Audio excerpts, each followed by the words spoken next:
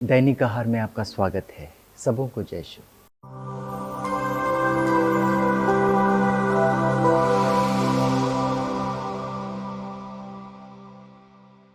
मेरे मित्रों, मेरे प्यारे भाइयों और बहनों, आज माता कलीसिया माता मरियम के स्वर्गारोहण का पर्व मनाती है। यह पर्व इतना महत्वपूर्ण है कि माता कलीसिया ने इसे हुक्म पर्व करार किया है, हुक्म पर्व घोषित किया है। इसका अर्थ यह है कि आज के दिन हमें गिरजाघर जाना ही है, मिस्सा बलिदान में भाग लेना ही है और यह पर्व में हिस्सेदार होना ही है। मेरे मित्रों, इस पर्व के द्वारा माता कलीसिया हमें एक विशेष सीख सिखाना चाहती है और इस सीख को सीखने के पहले एक छोटा सा प्रश्न है और वो माता कलीसिया का है कि माता मरियम को स्वर्ग में आरोहित कर लिए जाने का कारण क्या है। क्यों जरूरी था कि माता मरियम को स्वर्ग में उठा लिया जाना, क्यों जरूरी था। हम सब जानते हैं कि माता मरियम इतनी पवित्र थी, माता का गर्भ इतना पवित्र था क्योंकि उसमें प्रभु यीशु 9 महीने रहा, बालक यीशु 9 महीने रहा। तो यह बिल्कुल भी उचित नहीं था कि माता मरियम का इतना पवित्र शरीर, माता मरियम का इतना पवित्र गर्भ हम पापियों के साथ इस पापी संसार में सड़ जाए, मर जाए या फिर गल जाए। बिल्कुल भी असंभव था और इसीलिए तो माता मरियम के लिए यही उचित था कि उसे स्वर्ग में ही रखा जाए। मेरे मित्रों, ये तो साधारण सी बात है, सभी जानते हैं, लेकिन आज के पर्व के द्वारा माता कलीसिया हमें एक विशेष सीख सिखलाना चाहती है, एक विशेष संदेश सुनाना चाहती है कि आखिर माता मरियम को स्वर्ग में क्यों लिया गया, क्यों उठा लिया गया। और उसे समझाने के लिए एक सुंदर सा वचन ध्यान से सुनिए। राजाओं का ग्रंथ अध्याय 2 पद संख्या 13 से 21। प्रभु यीशु का वचन हमें समझा रहा है कि एक सुंदर सी घटना थी जहाँ पे राजा सुलेमान अपने दरबार में बैठा हुआ था। राजा सुलेमान अपने दरबार में बैठा हुआ था कि अचानक उस दरबार में उसकी रानी माँ प्रवेश करती है और जैसे ही राजा सुलेमान अपनी रानी माँ को देखता है तो वो बड़े ही आदर के साथ, बड़े ही सम्मान के साथ और बड़े ही प्रेम के साथ उसका स्वागत करता है। वो वहाँ खड़ा होता है, वहाँ खड़ा होकर अपने दाहिने एक सिंहासन का बंदोबस्त करता है ताकि उसकी रानी माँ आकर उस सिंहासन पर बैठ जाए। सबसे पहला प्रश्न, क्यों बैतशेबा वहाँ आई थी? राजा सुलेमान की माँ जो बैतशेबा थी वहाँ क्यों आई थी? वो एक विशेष मतलब से आई थी, विशेष उद्देश्य से आई थी और वो उद्देश्य यह था कि उसका एक दूसरा पुत्र था जिसका नाम था एडोनिजा। एडोनिजा ने राजा के लिए एक अर्जी दी थी और एडोनिजा ने कहा था कि माँ आप ही जाना, क्योंकि आपकी बातें राजा कभी नहीं टालेगा। और बिल्कुल इन्हीं शब्दों का उपयोग रानी माँ भी सुलेमान से करती है और कहती है कि तुम मेरी बात कभी नहीं टालोगे।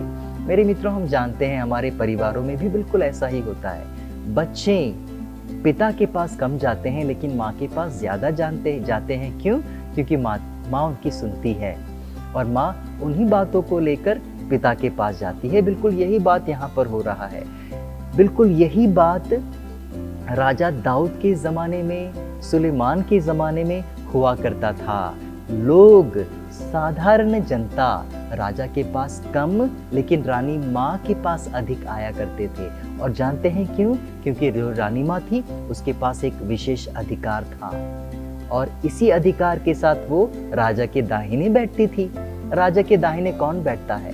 पवित्र ग्रंथ के अनुसार कोई ऐरा गैरा नत्थु खैरा राजा के दाहिने ना बैठ पाता है, कोई भी नहीं, बल्कि रानी माँ। क्योंकि उस जमाने में रानी माँ की एक विशेष पदवी थी जिसे कहते थे गेबिरा। गेबिरा का अर्थ होता है रानी माँ। और रानी माँ की ये एक विशेष शक्ति थी जिसके द्वारा वो अन्य जनता के अर्जियों को अपने पुत्र तक लाती थी, पहुंचाती थी। और उस रानी माँ के पास तो इतना भी अधिकार था कि वो अपने बच्चों में से एक को चुनकर राजा के लिए प्रस्तुत करे। उसके पास इतना अधिकार था कभी कभी तो ऐसा भी होता था कि राजा अपनी रानी माँ के नाम से भी जाना जाता था, क्योंकि वो काफ़ी फेमस, मशहूर हुआ करती थी और लोग उनके प्रशंसक हुआ करते थे। इस्राएल में जितने भी राजा थे उनके पास यह विशेष पदवी थी जो केवल उनकी माँ के लिए ही ठहराई गई थी। और मेरे मित्रों, आज मैं ये घटना आपके लिए इसीलिए बता रहा हूँ क्योंकि यह माता मरियम की ओर संकेत करता है। आप ध्यान से सुनिए प्रभु का वचन क्या कहता है। प्रभु का वचन लूकस अध्याय 1 पद संख्या 32 से 33 तक प्रभु का वचन ये है, ध्यान से सुनिए। प्रभु कहते हैं, वे महान होंगे। कौन? प्रभु यीशु। वे महान होंगे और सर्वोच्च ईश्वर के पुत्र कहलाएंगे। प्रभु ईश्वर उन्हें उनके पिता राजा दाऊद का सिंहासन प्रदान करेगा। वे याकूब के घराने पर सदा सर्वदा राज्य करेगा और उसके राज्य का कभी अंत नहीं होगा।